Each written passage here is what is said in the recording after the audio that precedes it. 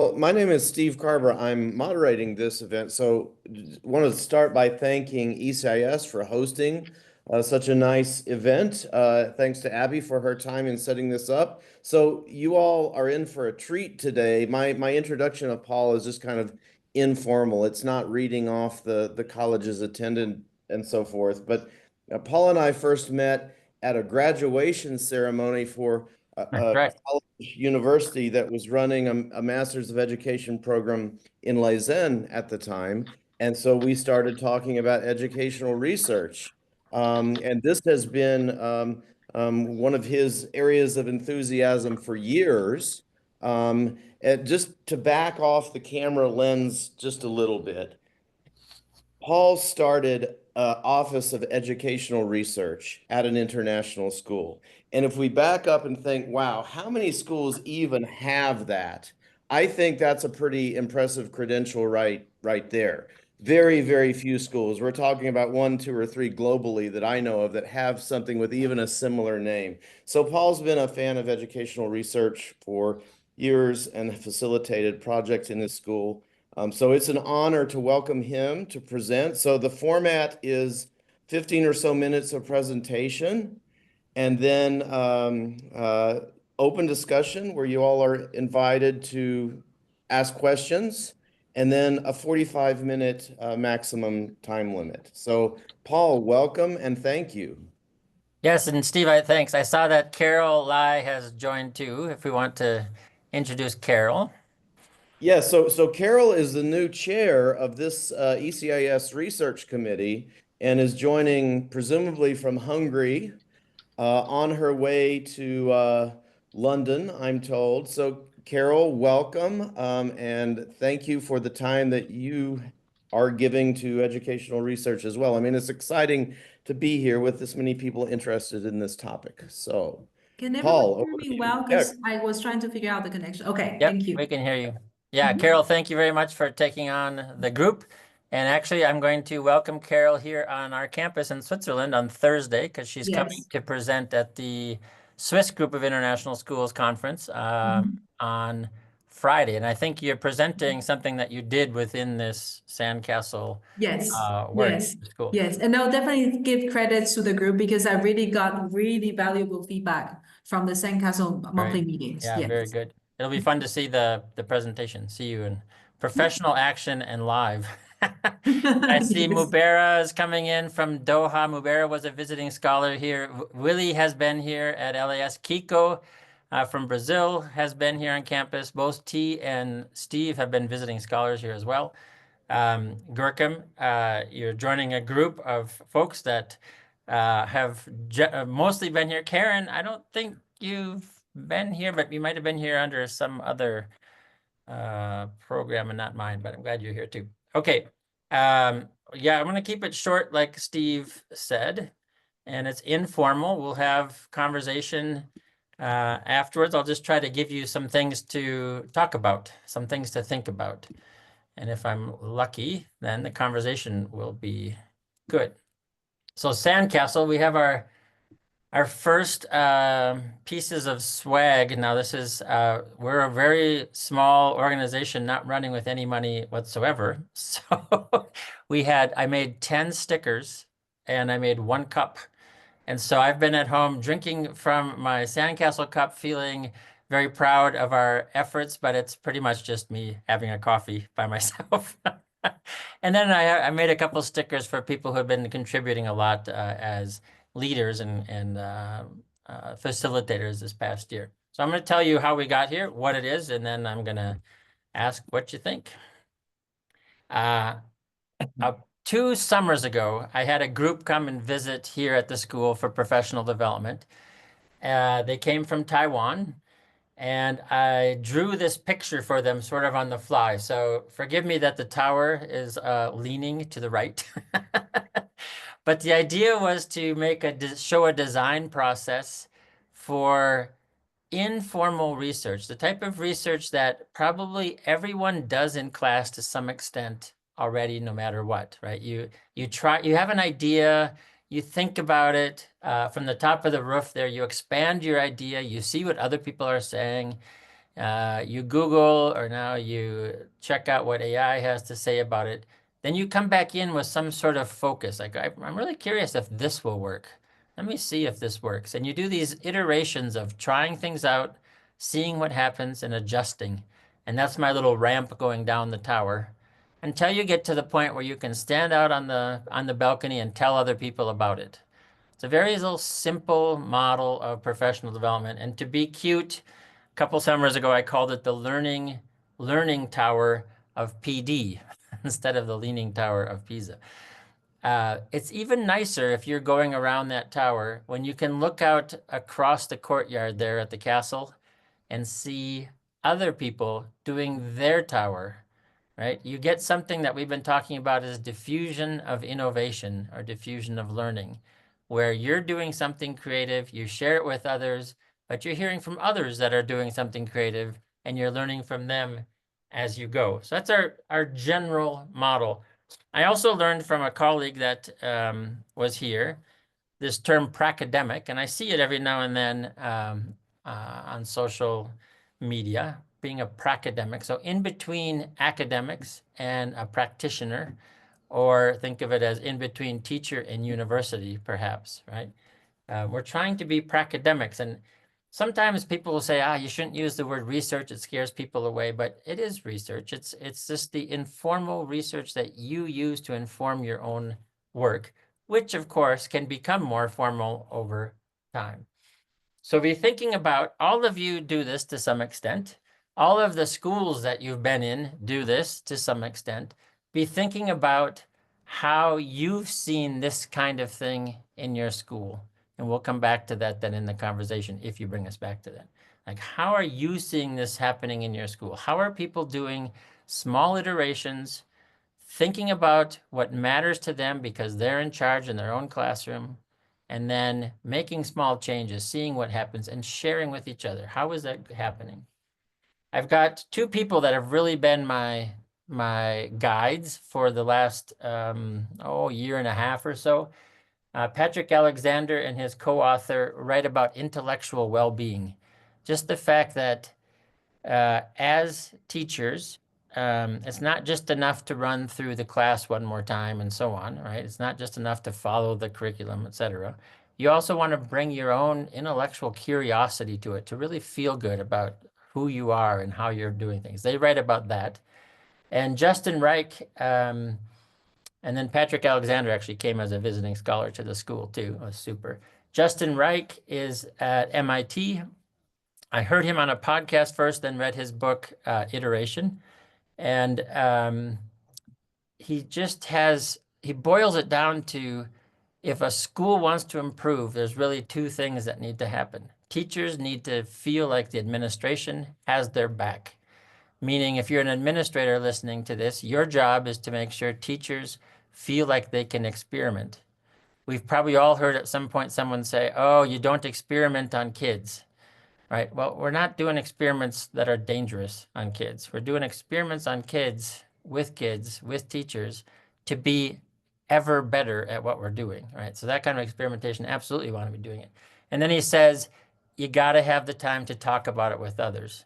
So try things out, see what happens, make adjustments, and that talk in the teacher room, or that talk when you get the chance to have another teacher in your own classroom, right? That talk that T does in her role as a coach with the teachers in Madrid. Those are the spaces where there is really good opportunity for professional development.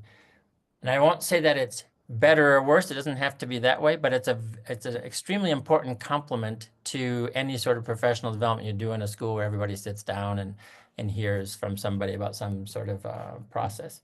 I have a couple of examples. I'm only going to share one. Marco sent his from a very dark room. Actually, I don't know why there he is. Oh, but I don't want him to play. Oh, that's what's going to happen as I scroll through here. I can avoid that though if I do this.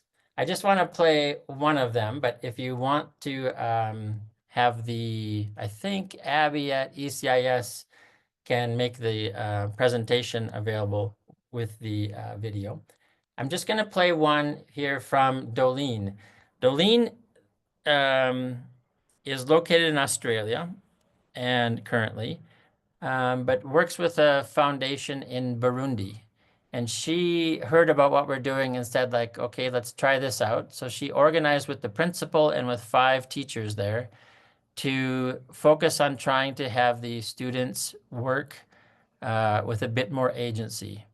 Right? They're taking small steps, which is 100% appropriate, to have it be a little bit less lecture focused and a little bit more have a group task and have the kids actually be able to work together, or do something where kids come to the board to show their work to the rest of the class, something along those lines. And here's what she said. I asked her if she'd record a piece. Our school in Burundi has had the ambition to involve with Sandcastle, and we have recently started working with Sandcastle, and I was asked to talk a little bit about it. So for me, is a space where teachers are invited to reflect on their own needs, challenges, and growth. And what's beautiful is that together they explore solutions and possible outcomes, and they take action and then return to share what worked, what didn't work, and the kind of support they can get. But what I love the most about Sandcastle is that teachers are not told what to do or where to go. Instead, they are empowered to find solutions through inquiry and coaching. And this is really what I've been seeing with our teachers. They make the decisions. The teachers make the decisions because they're trusted as experts. And I am so grateful that teachers from EPCM, a school of 900 students owned by Fondation Stein in Burundi, are being supported by Sandcastle. It doesn't solve everything, but it has given our teachers hope, a vision of something better.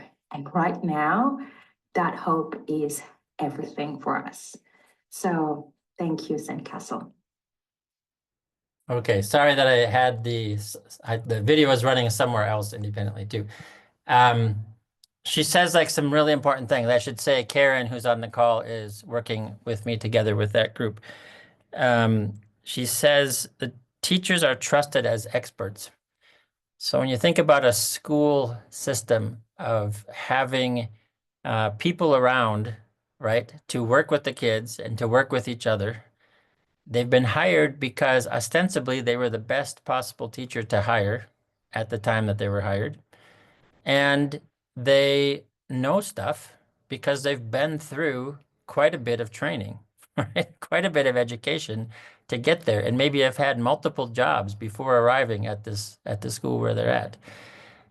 We have to be really careful about then how we use outside experts, because we have internal experts, and it's the internal experts that we're going to work with day in and day out. If we forget that and we bring the external expert in because it feels good, or because there's a budget, or because they come from further than 150 kilometers away, whatever it might be, or they're a name that people know, there can be value there. There's no doubt about it. But there can also be that feeling of, oh, I'm here working every day and you're not listening to what I'm doing. Like, please listen to what I'm doing, right? So teachers, trust them as experts, set them on their path, let them choose their path. And then she says it's giving, it's not going to fix everything. Of course not. It's giving people hope. It's giving people some vision. It's giving people maybe some intellectual wellness. So our design principles here for this Sandcastle project, we've been doing this for a year. We're starting another group in the fall. We do it all online. It's free. There's no money involved at all. We're colleagues, and we're all colleagues. We're all learning, and we're really focused on the process. Now, Carol has been working on something that is like article ready, I'm sure, and she's presentation ready because she's presenting on Friday. She's already presented in other places as well, but it doesn't have to be that. I teach piano, and I was thinking as I was getting this ready how I'm encouraged all the time to make sure my piano students at the school are in the performances. But I don't ever ask them to do that, because my sister, who's a much better musician and a wiser music teacher than me, says, why would you exclude the people who are going to feel too nervous to be in a recital? What's wrong with like learning for yourself and getting into music by yourself? Mubera is a music teacher. You can talk to me about this later, Mubera. The same principle here. I would not want someone not to be experimenting in their class and growing and having colleagues and good conversations because they're afraid that they have to present something out, they have to produce some sort of research and so on. Like get together, and when the time is right for you to produce something, you have lots of colleagues who are with you and will be happy to like help you share, right? And talk to others or be at a conference, whatever it might be. We have some possible futures, and then I'll be done here. We've got Kunali, who's been involved from the start. She's working with SDGs and bringing them into the curriculum. She said at one point, can I just start a new group in my area in India? Like I've got other people I want to have a new group. So sure, right?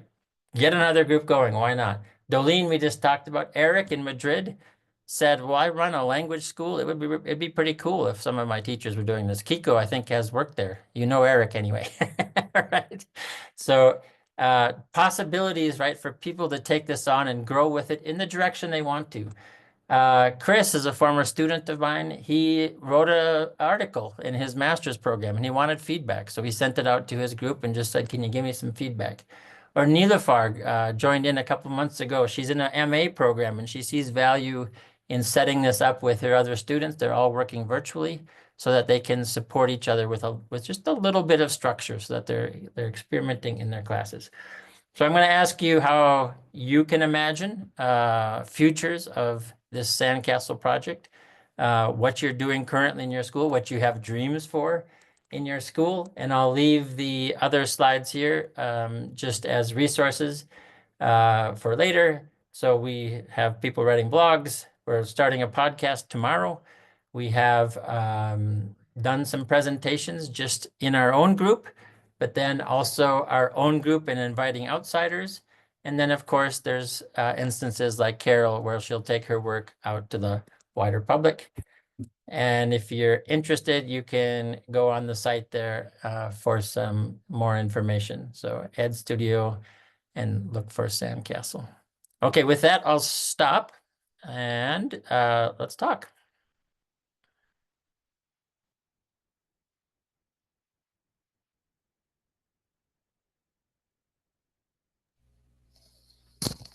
Here, hey Paul, hello. Hey. Can Hey. you hear me?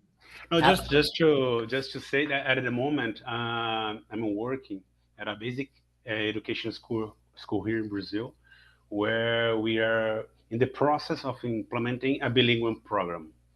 So this research, the knowledge that I'm having with you is fantastic. For that, I just want to say thank you. Great. And yep. Cool. Learn about it.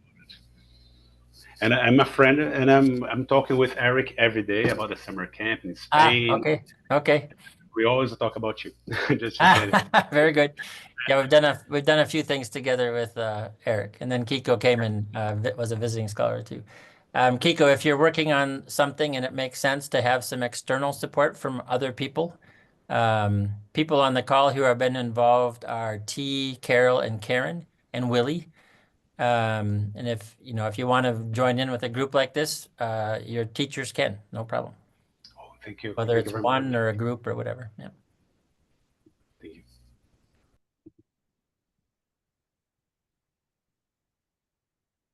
I'll jump in and share. So I think my biggest motivation to join Sandcastle was I love research. I mean, I'm just curious about everything and I want to learn new things. And I realized in my current school, one biggest challenge is that because we're a very young school, so everyone's so busy with different things. So when people have the energy, they don't want to really invest the time and the effort into Sandcastle or any like self-initiated research project, basically. So my question is actually, how can I really get more teachers on board when they don't feel overwhelmed? Because I feel like, okay, I am enthusiastic about this, but I cannot really see that everyone would share the same enthusiasm. So I just wonder, in your experiences, Yep. how would you motivate fellow teachers. Does someone want to, I have some replies, but does someone want to jump in first? Can I add something to that? I really like the concern, or let's say the worry. AI is a big discussion right now, and I'm in a WhatsApp group for MYP arts and music, drama, theater, and everything. People are discussing and asking questions, and then the people who have the answers or they have some thoughts, they're just sharing it. I think schools should focus on the needs of the teachers. So the Sandcastle project could be, okay, what do we need first? And then the teachers could just share their concerns or their problems, or, for example, how to use AI within the classroom. That's a big concern in many schools, I think. So instead of offering any trainings, we could ask the teachers to share their problems and their needs. And then starting from that would maybe help them to to feel included. Yeah. That's my personal Yeah, point of view. I'd say that's where we're starting with Sandcastle Mubera. It starts with the individual who has something that they're curious about. The AI example is good. We have somebody who's interested in looking at 11th and 12th grade English class and using AI. And he's set himself up, so he's going to experiment by having them suggest how to use AI with various assignments, and then to reflect afterwards how much it was a plus for their learning and how much it became a crutch to get around things, right? So he's really like using his English class to raise people's awareness, and he's going to try a number of different iterations. For Carol, I think one thing I've learned about professional development over the years has been that not everybody needs to be doing the same thing, and not everybody will jump in. So if this kind of model fits your personality and your strengths and interests, that's great. And it might not fit the person who's in the classroom next to you, and that doesn't matter. So we provide a way for people to be involved. There'll be those people who immediately see it and feel interested. And then once you're doing this in your school, right, then you are the living demonstration that you're enjoying this. And whatever you did to get yourself onto the slate of presenters in Switzerland, your colleagues know that you're leaving this week to go and present in Switzerland what you were working on, right? It's our diffusion of innovation model, where there's a hot red spot here in the school, and then there might be another one over here, and it diffuses out and picks up some people. Not everybody is ever going to join in, and that doesn't matter, because it doesn't have to be the goal. In fact, it's probably not a real good goal in the first place. Even, schools are so into standardization, and everybody has to know the same thing and do the same thing and so on. My response to that in a real informal way would be like, how boring. Like, why don't we have people pursue what they're really interested in and be really good and excited about that?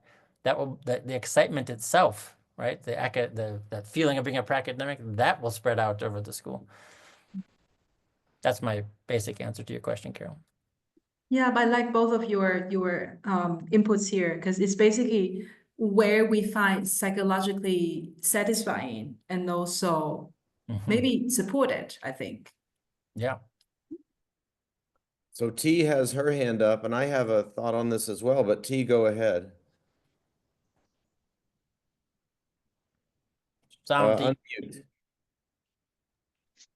Thank you, Carol, for asking that question, because like we are in the stage of grabbing the visible thinking routine clubs, as you may know, that is like actually one of the diffusion in education, like inspired by Sandcastle.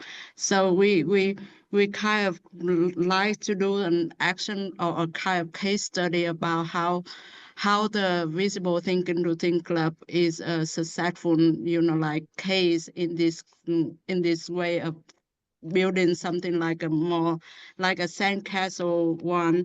And then one of the principles that we think that contribute into this kind of sandcastle type is like creating a safe and trust-based environment when teachers come and then they feel that their voice and their choice are heard and they are experts in the field. So we didn't hire anybody to be like a consultant for this club because all of the facilitators are the teachers in the field. So in that way, they feel very motivated to become a facilitator and also to participate and to spread the word. So that also one of the key principles for this Sandcastle PL to develop.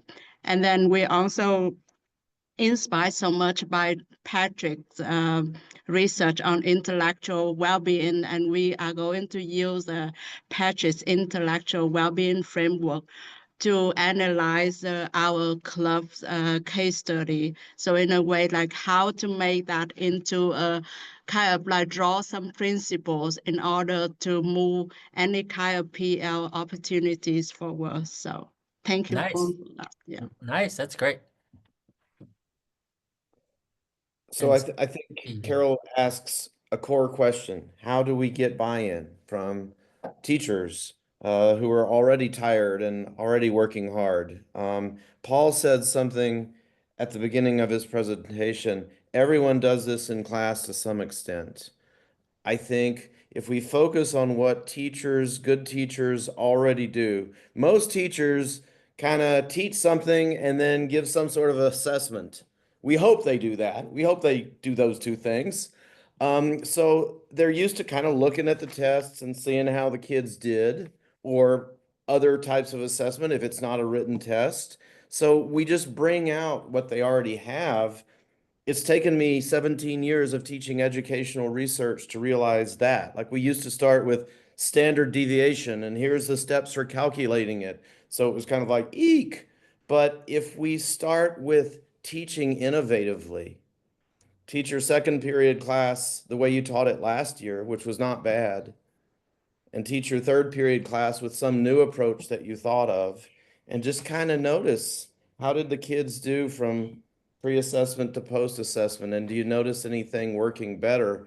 I think if we can start there, we might win over some of the reluctant folks, I think. Yeah, it happily, it just happens to be that effective professional learning happens in your classroom situation over time, right?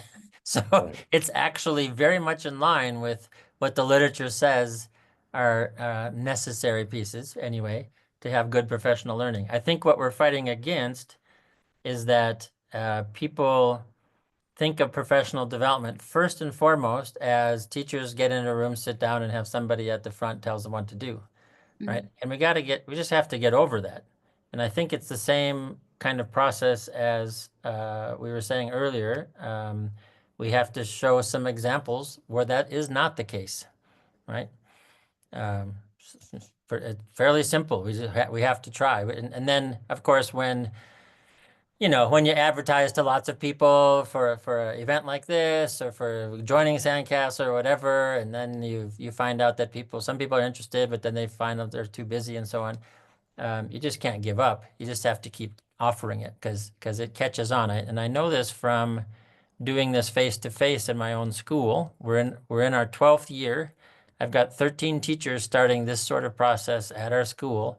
And we had to just keep doing it so people would get comfortable and be interested in the idea of, you don't get all that much support, you get some, but what you have is a community of people who are thinking like you and know that you're working on something. So you're not alone when you're alone in your classroom. You're with others. You're doing some thinking that people want you to be doing it. It helps out a lot. If we get to the point someday where we look back and say like, wow, remember we used to have all those people fly around the world and show up and do a session in front of a group of teachers, and then they would leave with all their knowledge, and teachers would kind of go, yeah, I see it. That could be cool. But then you go back to your classroom and it all just starts over like it was the day before.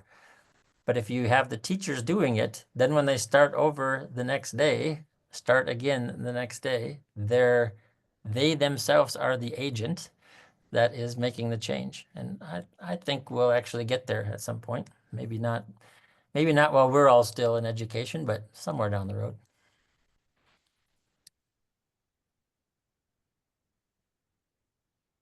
I made a note here about PD. This may sound overly cynical, so I should say in some settings. Like in some settings, it seems like PD, professional development, has been reduced to watch the streaming video from some consulting firm that we hired and then answer the multiple choice questions. And then you can't pass and, go on with human resources until you get them all right. So it'll ask you the questions over again.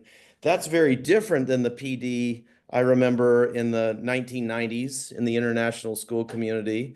And certainly that's like an overgeneralization, but I see a lot of that, right? So this is an opportunity. You could present what Paul's talking about here as an opportunity to your staff to do something that's really, really cool. And maybe that would help win over some of the reluctance as well. Does anybody else out there among us have interesting questions, maybe on some other topic for Paul? I just wonder how Sandcastle can be implemented in schools. Like how do we have to start? Like what is the best way? Do we ask Paul to get in touch with, principals or like head of school, or do we meet with Paul and decide all together? I'm putting the website there. The easiest way to start is to start yourself, just to join in, and you can join in as someone who observes and discusses on our virtual meetings, but doesn't even have a project. You don't have to enter with a project. If you have a project, then I will get back to you. If you've signed up, I'll get back to you and talk to you and see if that project seems like it's the right scope. Hint, small is the right scope, right? Small and short, so you can actually see your progress in a short period of time. And then once you have gone through the process, you understand it better, and then you can decide, is this something that I'll recommend to a few people who have the kind of spirit Carol was saying, where she really wants to investigate and be doing this sort of thing, so just go to them? Or do you want to try to do it with a group that's been trying to implement something that the school wants implemented, but maybe they're a little bit stuck or they need a little bit of outside voice in the process or something? You can decide yourself how you want to do it. What I would not recommend is that you say, everybody now, we're going to be doing this. That would be horrible, because you'll have a bunch of people who don't want to be doing it, and they will take the people from the middle of the curve who might actually like doing it, but they will be hearing their colleagues and saying, okay, no, we don't have time, you're right. How could they ask us to do something more, right? But if you take the people who are into it and they understand that it's in their classroom, what they're already doing, like Steve said, except they're doing it just a little bit more, they'll pull people in the middle into being interested in doing something similar. It's organic, in other words. Start Mubera, maybe with you and a couple of colleagues you talk to.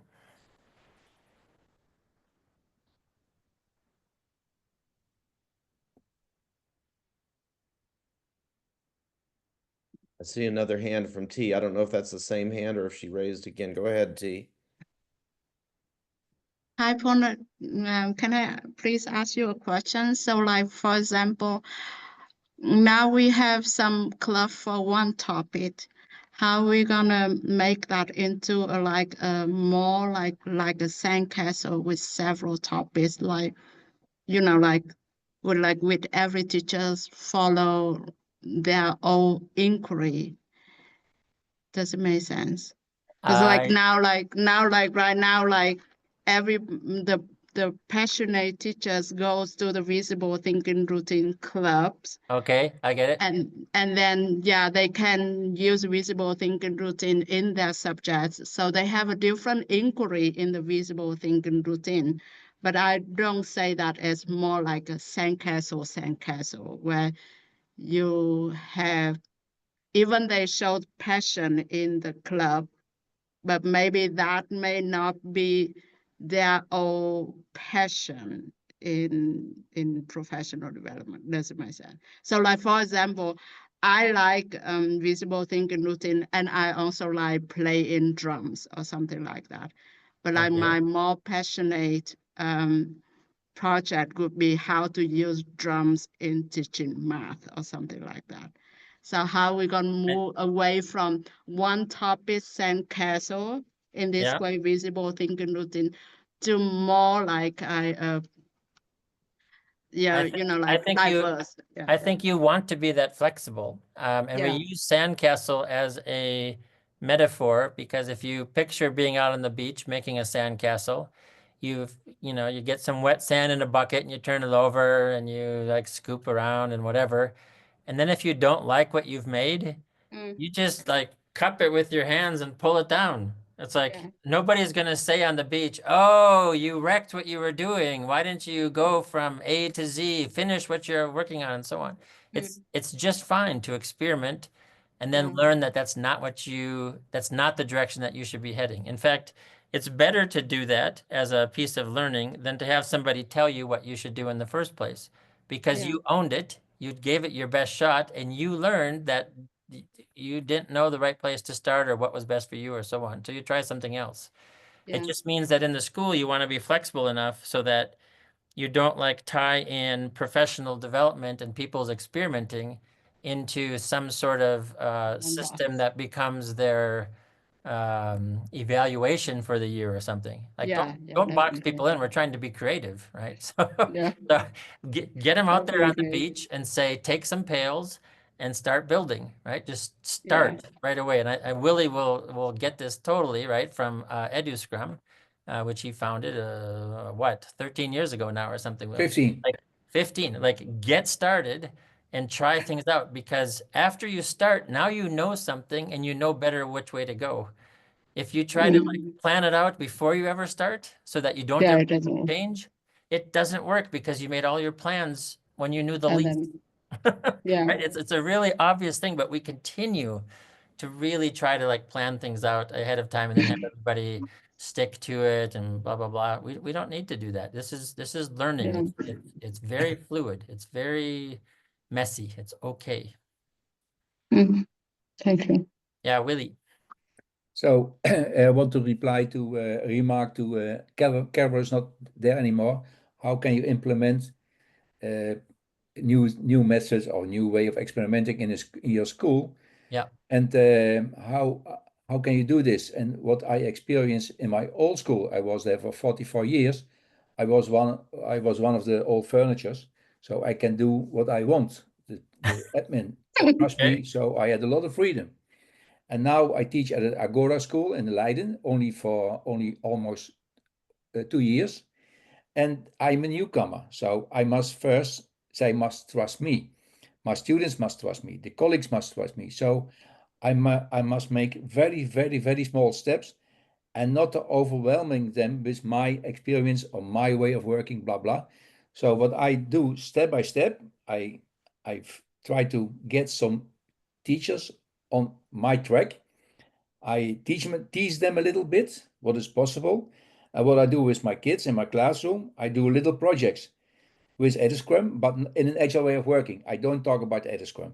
In an agile way of working, and then I let them experience. And with this knowledge, what I do, experiment with my kids, I tell this to the other teachers. Let's see what you are doing. So don't say, okay, I'll give you now a big training and so on and support, because then what all of you say already, then you are pushing the teachers into a framework and they are not passionate or they are overwhelming and they don't need this. So give your energy to the people who really want to do it. Yes, very important. Yep. You can spend a lot of energy on the folks who don't want to do something, and it's mostly just wasted, and it's frustrating. And then the end result is like, it doesn't work. Well, it doesn't work because people had no buy-in. Yeah. Small steps, get on board, make small gains. Absolutely. All of that. Take little bets. is the way some people say that. My colleague, Willie, you know Bill Tian, Yeah, yeah. he always talked about you have to smallify. Whatever you think is small enough, smallify some more, right? It's what we all say to every graduate student who comes up with a dissertation topic, right? Yeah. Like, that's really interesting. Now make it way smaller. Yeah, exactly. Yeah.